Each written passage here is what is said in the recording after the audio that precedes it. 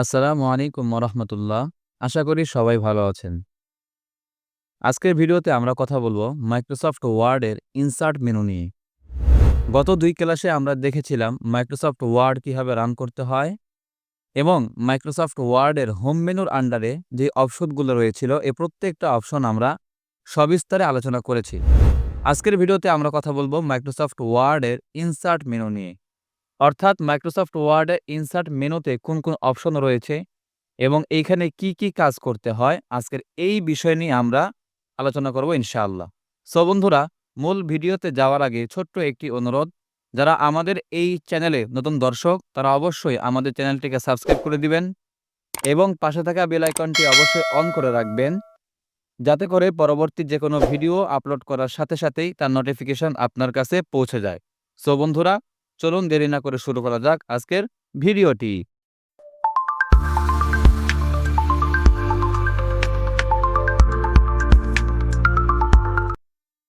বন্ধুরা, welcome back. আমরা শুরুতেই মাইক্রোসফট ওয়ার্ডের ভিতরে প্রবেশ করব। সো এইখানে প্রবেশ করার পরে আমরা এইখানে যে ব্ল্যাঙ্ক ডকুমেন্ট লেখা রয়েছে, এই ব্ল্যাঙ্ক ডকুমেন্টে আমরা ক্লিক করছি। সো এই পর্যন্ত আমরা গত ক্লাসে দেখেছিলাম যে মাইক্রোসফট ওয়ার্ডের এই হোম মেনুর আন্ডারে যতগুলো অপশন রয়েছে, এই প্রত্যেকটা অপশনের কি কাজ ছিল আমরা গত ক্লাসে দেখেছিলাম। আজকের ভিডিওতে আমরা দেখব ইনসার্ট মেনু নিয়ে।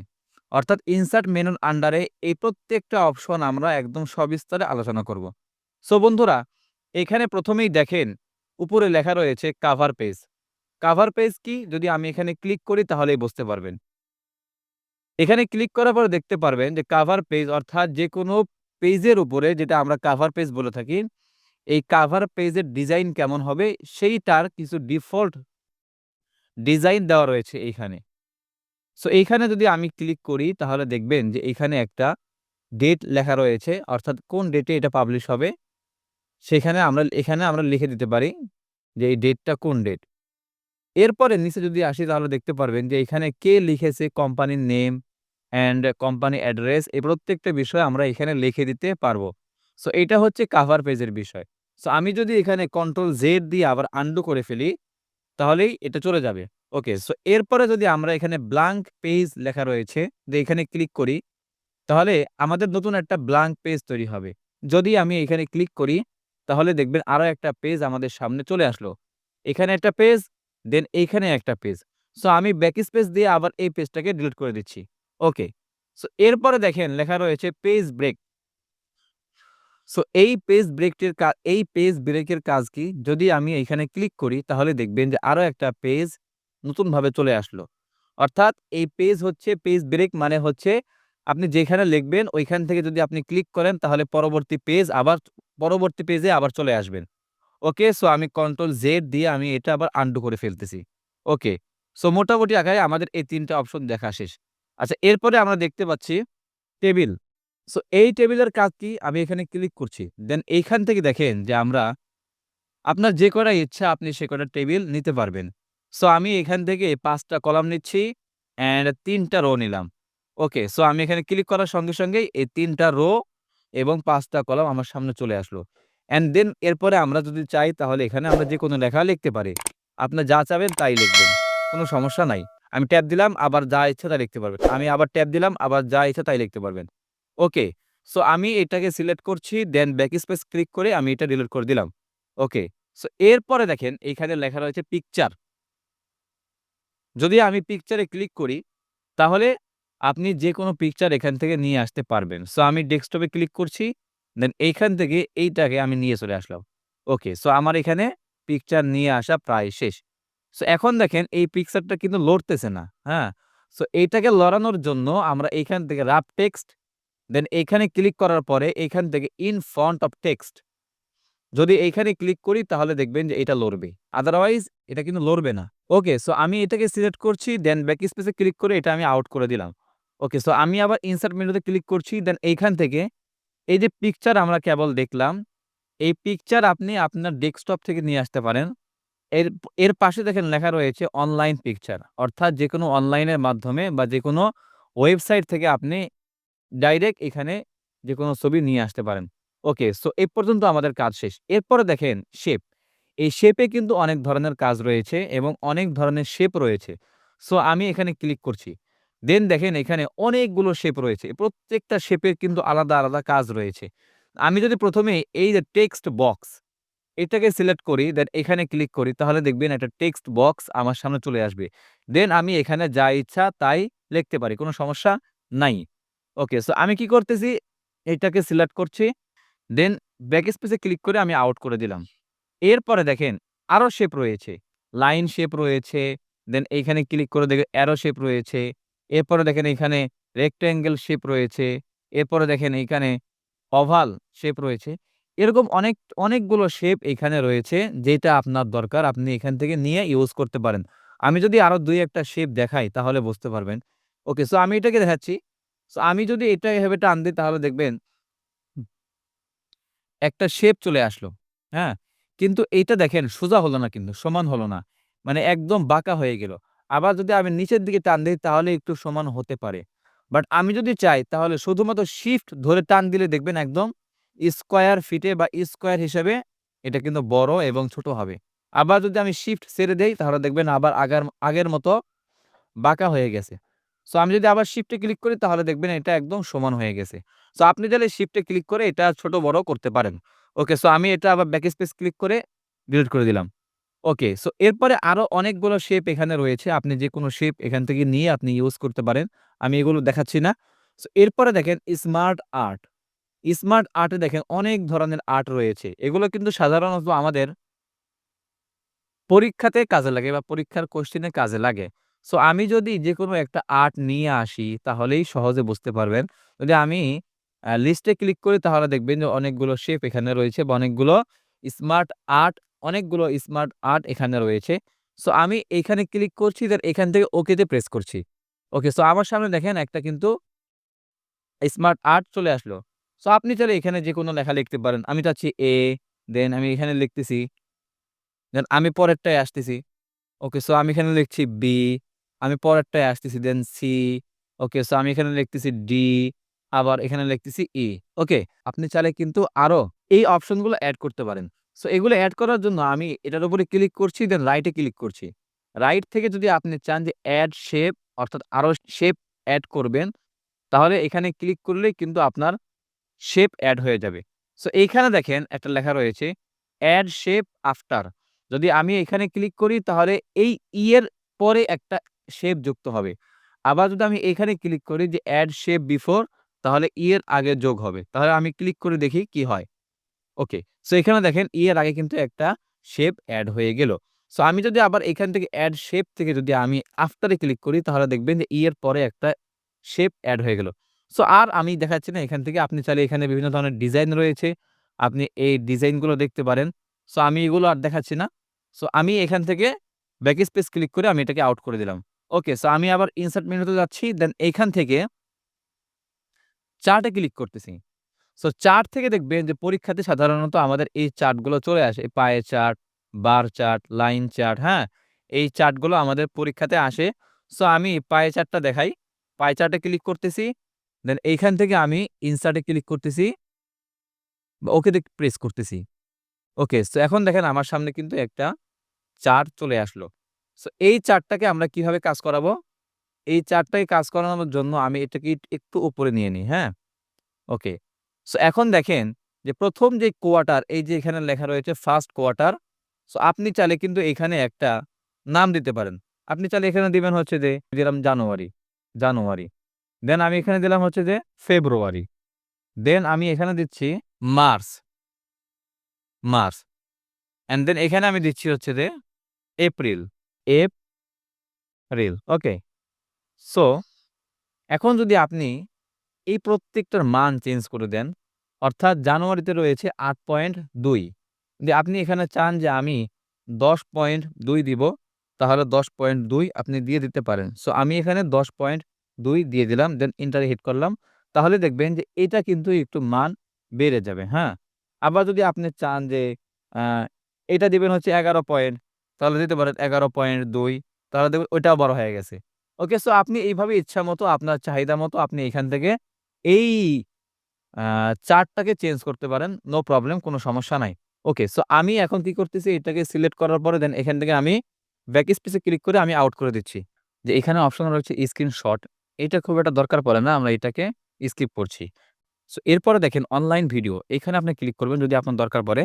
সো এখানে YouTube থেকে যদি কোন ভিডিও আপনি নিতে চান তাহলে নিতে পারেন। সো আমি এখানে ক্লিক করলাম দেন এখান থেকে লিখছি ফ্রিল্যান্সিং। সো এটা লেখার পরে আমি এন্টারে হিট করলে দেখবেন এখানে বিভিন্ন ধরনের ভিডিও আসবে। সো আমি এই যে খালেদ ফারহানের ভিডিও এটা আমি এখান থেকে ইনসার্ট এ ক্লিক করছি।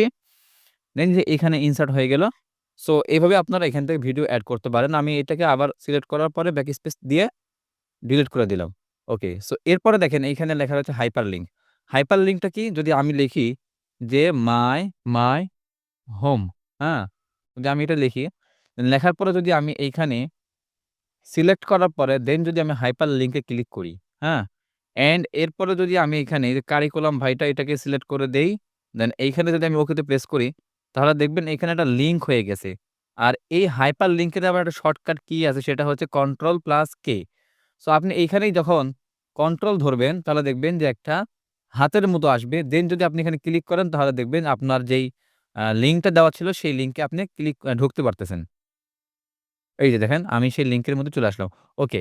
সো এইভাবে আপনি আপনার হাইপারলিংক কাজ করবে। সো এরপরে বুকমার্ক এটা খুব একটা দরকার পড়ে না। এটাও খুব একটা দরকার পড়ে না। কমেন্টও খুব একটা দরকার পড়ে না। সো আমরা এটা স্কিপ করছি। দেন আমরা আসছি হেডারে। হেডার বিষয়টা খুবই প্রয়োজনীয় একটা বিষয়। সো আমরা হেডার ফুটারটাকে একটু ভালোভাবে লক্ষ্য করব। সো আমি হেডারে ক্লিক করছি। দেন এইখান থেকে ব্ল্যাংক হেডারে ক্লিক করছি। দেন আপনি যদি চান যে লিখতে পারেন uh this is this is my book. Okay. So এটা লেখার পরে আপনি যদি এখানে নিচে আসেন তাহলে দেখবেন যে এই লেখাটা কিন্তু হেডার আকারে এখানে থেকে যাবে। আপনি এর নিচ থেকে যা লেখা লিখতে পারেন। কোন সমস্যা নাই। এরপরে যদি আমি ফুটারে ক্লিক করি তাহলে দেখবেন যে ফুটার থেকে আমি আবার ব্ল্যাংক ফুটার নিচ্ছি। দেন এখানে যদি আমি আমার একটা নাম্বার দিলাম, কিছুটা লিখলাম। ওকে? সো এইটা লেখার যদি আমি এখানে রেখে দিই তাহলে দেখবেন যে আপনার এখানে ফুটারটাও কিন্তু এড হয়ে গেল। সো তাহলে দেখেন এখানে হেডারও এড হয়ে গেল। আবার নিচে ফুটারও এড হয়ে গেল। সো এইভাবে কিন্তু হেডার, ফুটার আমাদের এড করতে হয়। সো এরপরে দেখেন পেজ নাম্বার দেওয়া রয়েছে। যদি এখানে আমি ক্লিক করি তাহলে ১ নাম্বার থেকে আমার পেজ কাউন্ট হবে। এই দেখেন এখানে ১ লেখা রয়েছে। দেন যদি আমি এখানে আসি, এখানে আসার পরে যদি আমি এই ইনসার্ট থেকে যদি ব্ল্যাংক পেজ নেই তাহলে দেখবেন যে এইখানে ২ নাম্বার পেজের নাম্বার চলে আসবে। ওকে? সো এইভাবে আপনি পেজ নাম্বার দিতে পারেন। সো আমি এটাকে ব্যাকস্পেস দিয়ে আমি এটাকে ডিলিট করে দিলাম। ওকে। সো আমার এগুলোর কাজ নেই। আমি এগুলোকে ডিলিট করে দিলাম। ওকে। সো এরপরে যদি আপনি আবার চান যে আপনার হেডার ফুটার গুলো আউট হয়ে যাক তাহলে আপনি এখানে ক্লিক করবেন। দেন এইখান থেকে remove header and footer A click করবেন। দেন এইখান থেকে রিমুভ ফুটার এ ক্লিক করলে কিন্তু আপনার হেডার অ্যান্ড ফুটার আউট হয়ে যাবে। ওকে। সো এরপরে দেখেন টেক্সট বক্স এটা আমরা আগেই দেখেছি এটা দেখানোর দরকার নাই। এখানে কুইক পার্টেও খুব একটা কাজ থাকে না। ওয়ার্ড আর্টে একটু কাজ রয়েছে যে বিভিন্ন লেখাগুলো আপনি এখান থেকে স্টাইল করতে পারেন। ফর এক্সাম্পল কিছু আমি লিখলাম। লেখার পরে যদি আমি চাই যে এটাকে একটু ওয়ার্ড আর্ট দিয়ে আমি এটাকে ডিজাইন করব তাহলে আপনি ডিজাইন করতে পারেন। সো আমি এখানে ক্লিক করছি তাহলে দেখবেন যে এটা একটা ডিজাইন চলে আসলো। ওকে? সো আমি এটাকে ক্লিক করে সিলেক্ট করছি দেন ব্যাক স্পেস এ ক্লিক করে আউট করে দিলাম। ওকে। সো এরপরে দেখেন এইখানে সিগনেচার লাইন রয়েছে। এগুলো খুব একটা দরকার পড়ে না। ওকে। সো এরপরে দেখেন ডেট অ্যান্ড টাইম এটা একটু দরকার পড়ে। সো আমি এখানে ক্লিক করছি। দেন যদি আপনি চান যে কিভাবে ডেটটা রাখবেন তাহলে এভাবে রাখতে পারেন। শুধুমাত্র এখানে ওকে তে প্রেস করলে দেখবেন যে আপনার ডেটটা এভাবে চলে আসলো। ওকে? সো এইটাকে আমি ব্যাক স্পেস ক্লিক করে আউট করে দিলাম। ওকে। সো এখন দেখেন মোস্ট ইম্পোর্টেন্ট খুবই গুরুত্বপূর্ণ বিষয় সেটা হচ্ছে ইকুয়েশন। ইকুয়েশনটা কি? ইকুয়েশনটা হচ্ছে আপনার এরকম যে আমরা যে অঙ্ক করতাম, হ্যাঁ? লগারিদম, তারপরে a plus b whole square এই যে বিষয়গুলো রয়েছিল, এই দেখেন এখানে সাইন থিটা, কস থিটা যে বিষয়গুলো রয়েছিল, আমরা যে অঙ্ক করেছিলাম বা অঙ্কে আমরা পড়েছিলাম।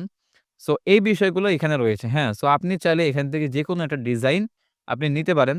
আবার যদি আপনি চান যে না আমি এখান থেকে ইনসার্ট নিউ ইকুয়েশন এখান থেকে আপনি ডিজাইনও করতে পারেন, হ্যাঁ? এখান থেকে আপনি লিখতে পারেন। সো এখান থেকে আপনি খুব ভালোভাবে লিখতে পারেন। এখানে দেখেন বিভিন্ন ধরনের এই যে মানে কি বলে এটাকে? ফ্র্যাকশন অর্থাৎ এই যে উপর নিচে করা যায়, সাইডে করা যায়, হ্যাঁ? আপনি যেভাবে চান যদি আমি একটা দেখাই, তাহলে এই যে দেখেন আমি যদি উপরে লিখি যে ২ আর যদি আমি নিচে লিখি ২ তাহলে দেখবেন ২ হয়ে গেল। আবার যদি আমি এখানে ক্লিক করি তাহলে দেখবেন যে আবার এই ডিজাইনের ফরমেটটা চলে আসলো। ওকে। সো এরপরে দেখেন স্ক্রিপ্ট লেখা রয়েছে এই যে ১ এর উপরে একের নিচে, হ্যাঁ? যদি আমি এখানে ক্লিক করি বা এখানে লিখলাম হচ্ছে আমি A অ্যান্ড আমি এখানে লিখলাম হচ্ছে ২ মানে A স্কয়ার। আপনি এভাবে চাইলে লিখতে পারেন। আবার যদি আমি এখানে ডিজাইন এ ক্লিক করি, দেন এখান থেকে যে রেডিক্যাল রয়েছে, এইখান থেকে রুট ওভার আপনি রুট ওভার দিতে পারেন। আপনি এখানে দিতে পারেন যে ৩ হ্যাঁ, আপনি এভাবে দিতে পারেন। আবার যদি আমি এখানে ক্লিক করার পরে ডিজাইন এ ক্লিক করি, সো আপনি এখান থেকে দেখে, হ্যাঁ, লজিক্যাল লার্জ অপারেটর আপনি যেভাবে চান আপনার যেটা দরকার, সো আপনি এখান থেকে দিতে পারেন। আবার এখানে ব্র্যাকেট রয়েছে। আপনি আ ব্র্যাকেট দেওয়ার পরে এই যে ব্র্যাকেটটা হয়ে গেল। সো আমরা চাইলে কিন্তু এইভাবে সুন্দরভাবে করতে পারি, হ্যাঁ? আপনার ইকুয়েশন থেকে যেকোনো ডিজাইন আপনি এখান থেকে নিয়ে আসতে পারেন। এবারে ফাংশন রয়েছে। ফাংশনে কি রয়েছে? এই দেখেন সাইন থিটা, কস থিটা, হ্যাঁ? মানে এখানে আপনার যা দরকার আপনি এখান থেকে নিয়ে আসতে পারেন। এরপরে অ্যাকসেন্ট রয়েছে। মানে এখান থেকে আপনার যা দরকার আপনি নিয়ে আসতে পারেন। এরপরে লিমিট অ্যান্ড লগ। আমরা যে লগারিদমের অঙ্ক করেছিলাম লগারিদম, সো এখানে এই বিষয়গুলো রয়েছে। আপনি যেকোনো আপনার যেটাই ইচ্ছা আপনি এখান থেকে ইউজ করতে পারেন, হ্যাঁ? দেন এখানে অপারেটর রয়েছে। আপনার যা ইচ্ছা আপনি এখান থেকে ইউজ করতে পারেন। এরপরে ম্যাট্রিক্স রয়েছে। সো এখান থেকে আপনার যা ইচ্ছা আপনার ইচ্ছা মতো আপনি এখান থেকে ইউজ করতে পারেন। সো এই হচ্ছে আজকের এই ইনসার্ট মেনুর আন্ডারে যে বিষয়গুলো রয়েছিল, এই বিষয়গুলোর মধ্যে থেকে ইকুয়েশন এর বিষয়টা। সো এরপরে দেখেন আরো একটা অপশন রয়েছে সিম্বল। সিম্বলটা কি? এখানে বিভিন্ন ধরনের সিম্বল রয়েছে। আপনি এখান থেকে ক্লিক করার পরে মোর থেকে যেকোনো ধরনের সিম্বল আপনি নিয়ে আসতে পারেন। সো আমি যদি এখান থেকে ফর এক্সাম্পল এটা রেখে দিলাম। সো এখান থেকে দেখেন ডলার সাইনের একটা সিম্বল রয়েছে। আমি এখানে ইনসার্ট করলে ওই সিম্বলটা কিন্তু আমার এখানে চলে আসবে। দেখেন। এই সিম্বলটা কিন্তু এখানে চলে আসছে, হ্যাঁ? এখন যদি আমি এর সাথে লিখি ২০ তাহলে কিন্তু $২০ হয়ে গেল। বা আপনি যদি চান যে এটা পরে দিবেন তাও দিতে পারেন, কোনো সমস্যা নাই। আমি এটাকে ব্যাকস্পেস দিয়ে ক্লিক করে দিচ্ছি। সো এইখান থেকে যদি আমি আগে লিখে নেই, হ্যাঁ? ২০ হুম? দেন যদি আমি সিম্বলে ক্লিক করি, সিম্বল থেকে দেখেন এইখানে যদি আমি ক্লিক করি তাহলে দেখবেন যে $20 কিন্তু আমার হয়ে গেল। সো এইভাবে আরো অনেক ধরনের সিম্বল রয়েছে। আপনার যা ইচ্ছা আপনি এখান থেকে ইউজ করতে পারেন, কোনো সমস্যা নাই। এখানে বিভিন্ন স্পেশাল ক্যারেক্টার রয়েছে। আপনার যা ইচ্ছা আপনি তাই ইউজ করতে পারেন। আবার এই সিম্বল থেকে এখানে দেখেন অনেক ধরনের সিম্বল রয়েছে। আপনার যেইটা ইচ্ছা আপনি সেটা ইউজ করতে পারেন, হ্যাঁ? ওকে। সো আজকের ভিডিওতে আমরা চেষ্টা করলাম ইনসার্ট মেনুর আন্ডারে যতগুলো অপশন রয়েছে প্রত্যেকটা অপশন কিভাবে কাজ করে এবং এগুলোর কাজ কি প্রত্যেকটা বিষয় আমরা দেখানোর চেষ্টা করেছি। সো বন্ধুরা আজকের এই ভিডিওটি এই পর্যন্তই। আশা করি এই ভিডিওটি অবশ্যই আপনার কাছে ভালো লেগেছে। যদি এই ভিডিওটি ভালো লাগে তাহলে অবশ্যই আমাদের এই ভিডিওতে অবশ্যই একটি লাইক করে দিবেন। সো বন্ধুরা দেখা হচ্ছে পরবর্তী কোনো ভিডিওতে। সেই পর্যন্ত ভালো থাকবেন, সুস্থ থাকবেন। আসসালামু আলাইকুম ওয়া রাহমাতুল্লাহ।